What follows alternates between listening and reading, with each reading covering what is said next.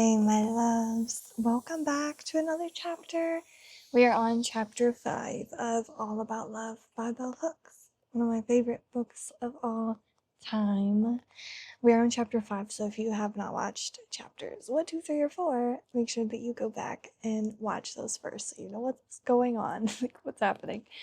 I'm on my front porch today. Every time I record a new chapter, I try to do it in a different place in my home and my surroundings because I'm just kind of like bringing you guys into my world a little bit.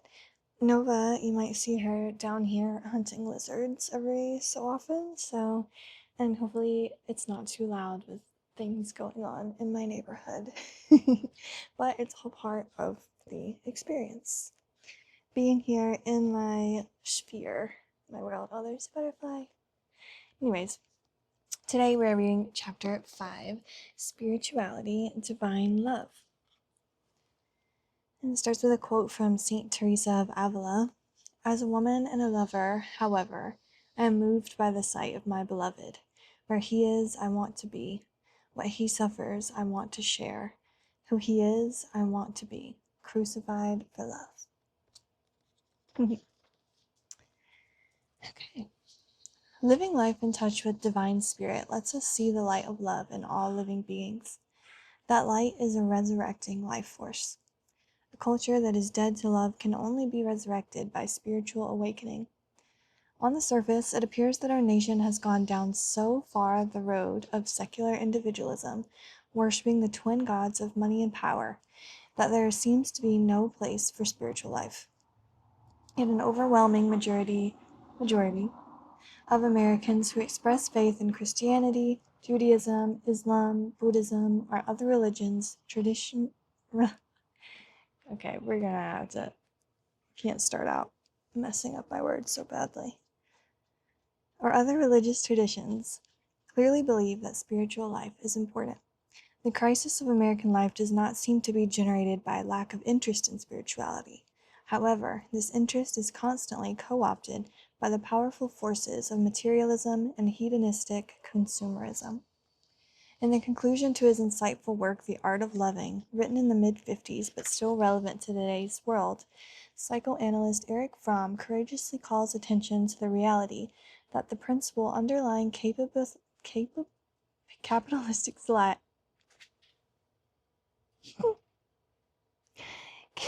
capitalistic society and the principle of love are incompatible. He contends, our society is run by a managerial bureaucracy, by professional politicians. People are motivated by mass suggestions. Their aim is producing more and consuming more as purposes in themselves. The cultural emphasis on endless consumption deflects attention from spiritual hunger. We are endlessly bombarded by messages telling us that our every need can be satisfied by material increase. Artist Barbara Kruger created a work proclaiming, "I shop, therefore I am," to show the way consumerism has taken over mass consciousness, making people think that they are what they possess. While the zeal to possess intensifies, so does the sense of spiritual emptiness. Because we are spiritually empty, we try to fill up on consumerism. We may not have enough love, but we can always shop.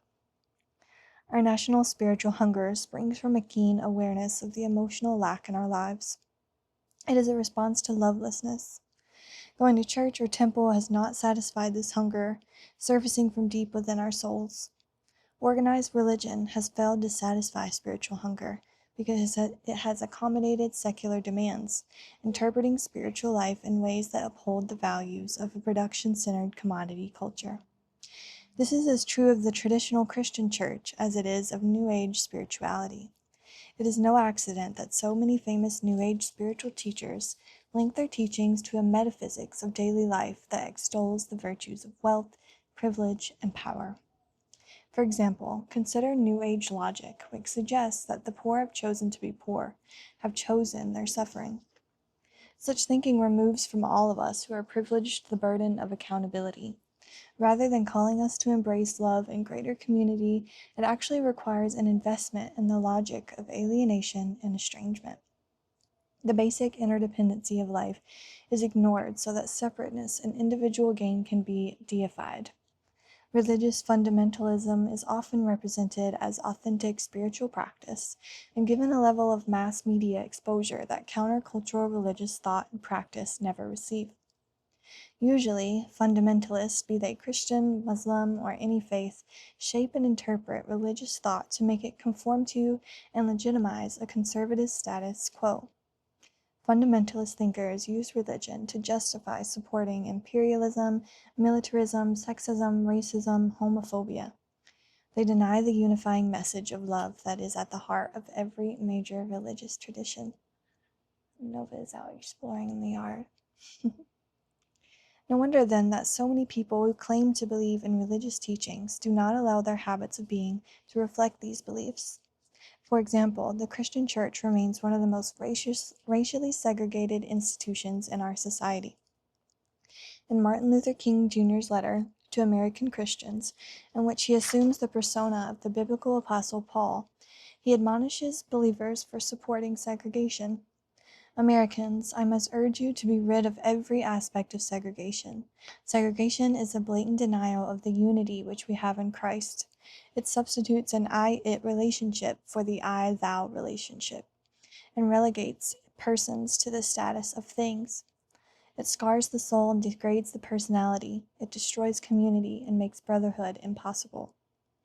This is only one example of the way in which organized religious worship corrupts and violates religious principles about how we should live in the world and how we should act toward one another.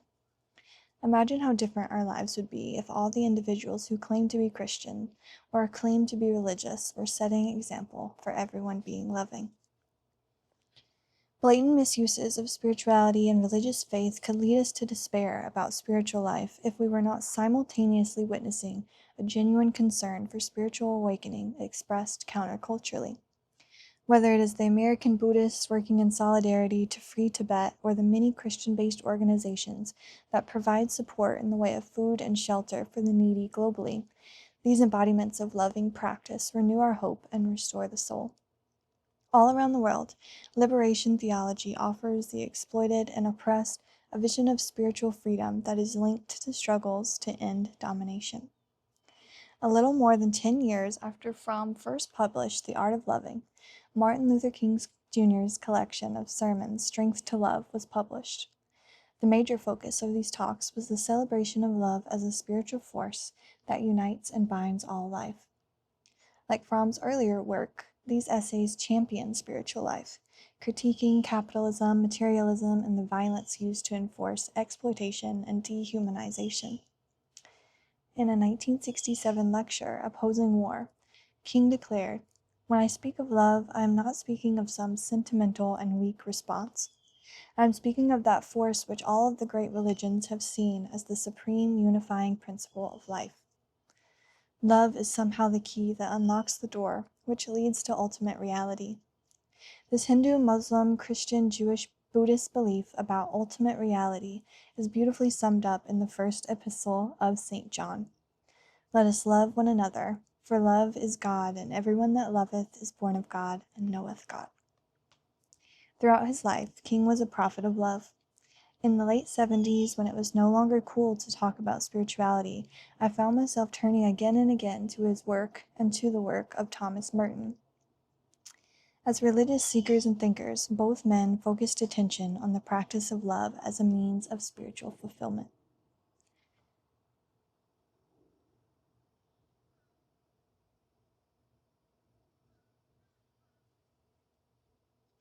This is my neighbor, seeing if they were coming out. Extolling the transformative power of love in his essay, Love and Need, Merton writes, "Love is, in fact, an intensification of life, a completeness, a fullness, a wholeness of life. Life curves upward to a peak of intensity, a high point of value and meaning, at which all its latent creative possibility go into action, and the person transcends himself or herself in encounter, response, and communion with another. It is for this that we came into the world, this communion and self-transcendence. We do not become fully human until we give ourselves to each other in love." That's beautiful. The teachings about love offered by Fromm, King, and Merton differ from much of today's writing. There's always an emphasis in their work on love as an active force that should lead us into greater communion with the world. In their work, loving practice is not aimed at simply giving an individual greater life satisfaction. It is extolled as the primary way we end domination and oppression. This important politicization of love is often absent from today's writing. Where did Miss Nova go? She's just eating my plants, no big deal. Much as I enjoy popular New Age commentary on love, I'm often struck by the dangerous narcissism fostered by spiritual rhetoric that pays so much attention to individual self-improvement and so little to the practice of love within the context of community. Packaged as a commodity, spirituality becomes no different from an exercise program. While it may leave the consumer feeling better about his or her life, its power to enhance our communion with ourselves and others is in a sustained way is inhibited. Commenting on the value of an engaged life in the active life, wisdom for work, creativity and caring, Parker Palmer writes, "To be fully alive is to act. I understand action to be any way that we can co-create reality with other beings and the spirit. Action, like a sacrament, is the visible form of an invisible spirit, an outward manifestation of an inward power. But as we act, we not only express what is in us and help give shape to the world, we also receive what is outside us and reshape our inner selves.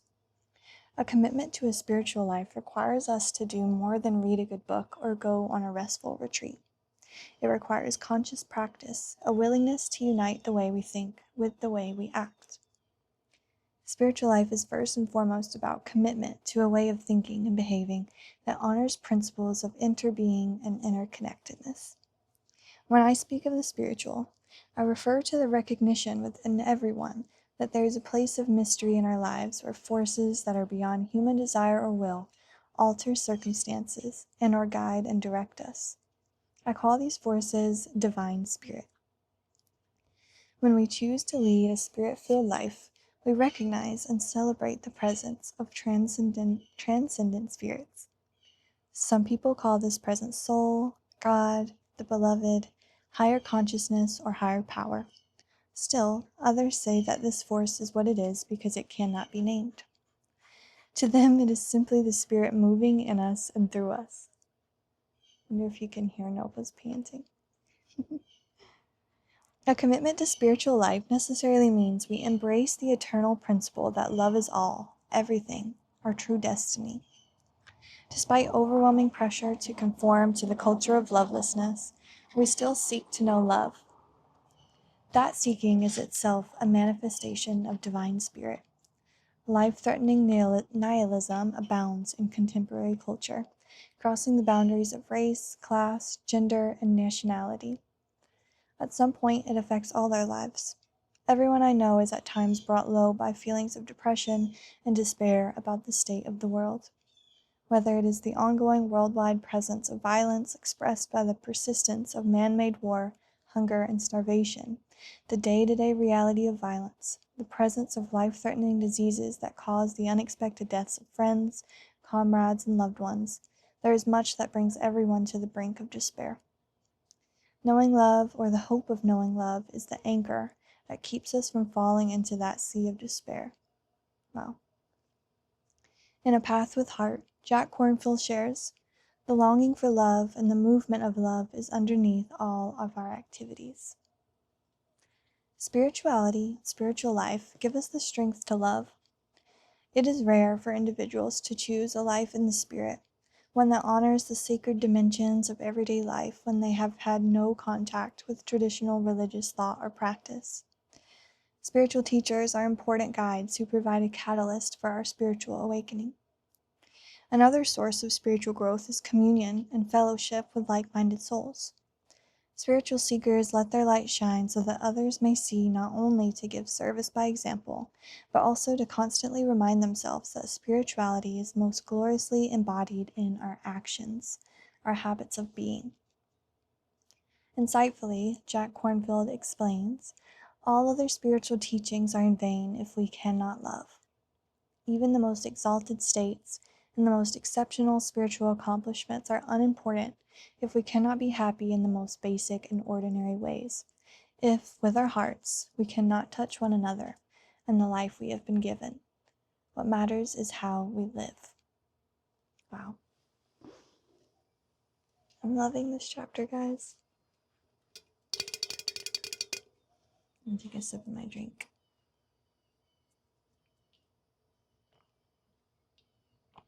Coconut water ASMR.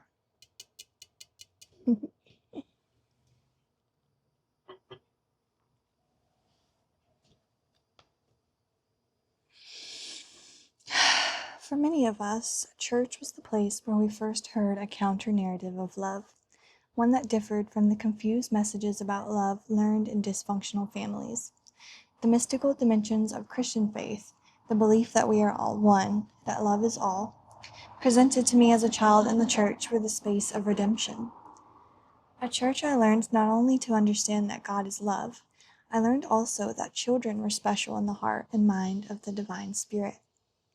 Dreaming of becoming a writer, valuing the life of the mind above all things, it was especially awesome to learn by heart passages from 1 Corinthians, the love chapter.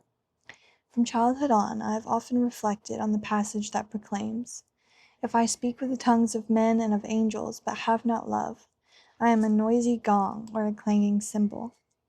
And if I have prophetic powers and understand all mysteries and all knowledge, and if I have all faith so as to remove mountains, but I have not love, I am nothing.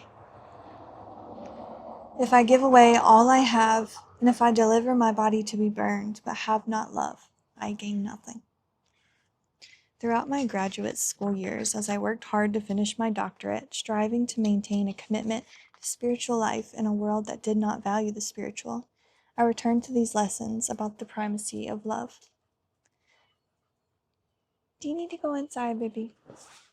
1 second. Go ahead. Good girl. She said she's a little too hot. It is really hot out here. I am questioning my choices. Okay, let's keep going. Where was I? The wisdom they convey kept me from hardening my heart. Remaining open to love was crucial to my academic survival. When the environment you live in and know most intimately does not place value on loving, a spiritual life provides a place of solace and renewal. Significantly, the gaining of knowledge about spirituality is not the same as a commitment to spiritual life. Jack Kornfield testifies, "In undertaking a spiritual life, what matters is simple. We must make certain our path is connected with our heart. In beginning a genuine spiritual journey, we have to stay much closer to home, to focus directly on what is right here in front of us, to make sure that our path is connected with our deepest love. When we begin to experience the sacred in our everyday lives, we bring to mundane tasks a quality of concentration and engagement that lifts the spirit. We recognize divine spirit everywhere. This is especially true when we face difficulties. So many people turn to spiritual thinking only when they experience difficulties, hoping that the sorrow or pain will just miraculously disappear. Usually, they find that the place of suffering, the place where we are broken in spirit when accepted and embraced, is also a place of peace and possibility. Our sufferings do not magically end. Instead, we are able to wisely, alchemically recycle them. They become the abundant waste that we use to make new growth possible. That is why biblical structure admonishes us to count it all joy when we meet various trials. Learning to embrace our suffering is one of the gifts offered by spiritual life and practice. Spiritual practice does not need to be connected to organized religion in order to be meaningful. Some individuals find their sacred connection to life communing with the natural world and engaging in practices that honor life-sustaining ecosystems. We can meditate, pray, go to temple, church, mosque, or create a quiet sanctuary where we live to commune with Holy Spirits. To some folks, daily service to others is affirmative spiritual practice. one that expresses their love for others. When we make a commitment to staying in touch with divine forces that inform our inner and outer world, we are choosing to lead a life in the Spirit. I study spiritual teachings as a guide for reflection and action. Countercultural spiritual awakening is visible in books and magazines and in small circles where individuals come to celebrate and commune with the divine. Fellowship with other seekers after truth offers essential inspiration. Since the earliest roots of my spiritual practice were in the Christian tradition, I still find the traditional church to be a place for worship and fellowship, and I also participate in a Buddhist practice. I meditate and pray. Everyone has to choose the spiritual practice that best enhances their life. This is why progressive seekers after truth urge us all to be tolerant, to remember that though our paths are many, we are made one community in love. The spiritual awakening that is slowly taking place counterculturally will become more of a daily norm as we all willingly break mainstream cultural taboos that silence or erase our passion for spiritual practice. For a long time, many of my friends and work peers had no idea I was devoted to a spiritual practice. Among progressive thinkers and scholars, it was much more hip, cool, and acceptable to express atheistic sentiments than to declare passionate devotion to divine spirit. I also did not want folks to think that if I talked about my spiritual beliefs, I was trying to convert them, to impose those beliefs on them in any way. I began to speak more openly about the place of spirituality in my life when witnessing the despair of my students, their sense of hopelessness, their fears that life is without meaning, their profound loneliness and lovelessness. When young, bright, beautiful students would come to my office and confess their despondency, I felt it was irresponsible to just listen and commiserate with their woes without daring to share how I had confronted similar issues in my life. Often they would urge me to tell them how I sustained my joy in living. And to tell the truth, I had to be willing to talk openly about spiritual life. And I had to find a way to talk about my choices that did not imply that they would be the correct or right choices for someone else. My belief that God is love, that love is everything, our true destiny, sustains me. I affirm these beliefs through daily meditation and prayer, through contemplation and service, through worship and loving kindness. In the introduction to Loving Kindness, Sharon Salzberg teaches that the Buddha describes spiritual practice as the liberation of the heart, which is love. She urges us to remember that spiritual practice helps us overcome the feeling of isolation, which uncovers the radiant, joyful heart within each of us and manifests this radiance to the world.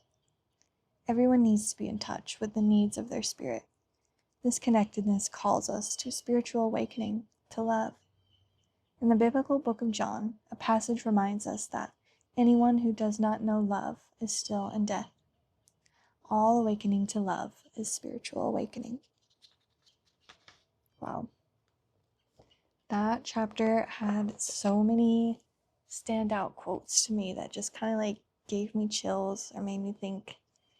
And gosh, this is one of the reasons why I love this book so much. And every time I reread it, this might be like the 5th or 6th time I read this now, I pick up something that I hadn't before, or maybe I forgot.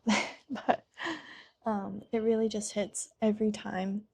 And especially this chapter, because I also believe that everything is love, and coming back to loving ourselves and to loving each other is the path, you know?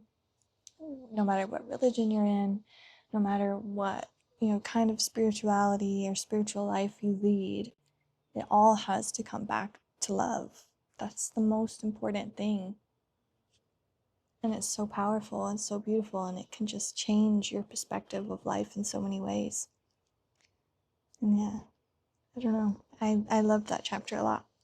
And I'm curious to hear your thoughts on the chapter and how you feel about, like, I was a little distracted today, right? And Nova, neighbors walking by, and I don't know. What do you guys think? Should I try to film in more places where I can really focus on the reading? Or do you like it when I'm kind of like I guess just being myself, even though I am no matter what, but just more like little deviations and side quests, I guess. Tell me what you think about that. But thank you for joining me in this chapter. I am trying to do them pretty regularly. My mother was in town for a bit, so I had like a week off, but we're going to try to get back to doing them weekly. So look forward to the next chapter very soon.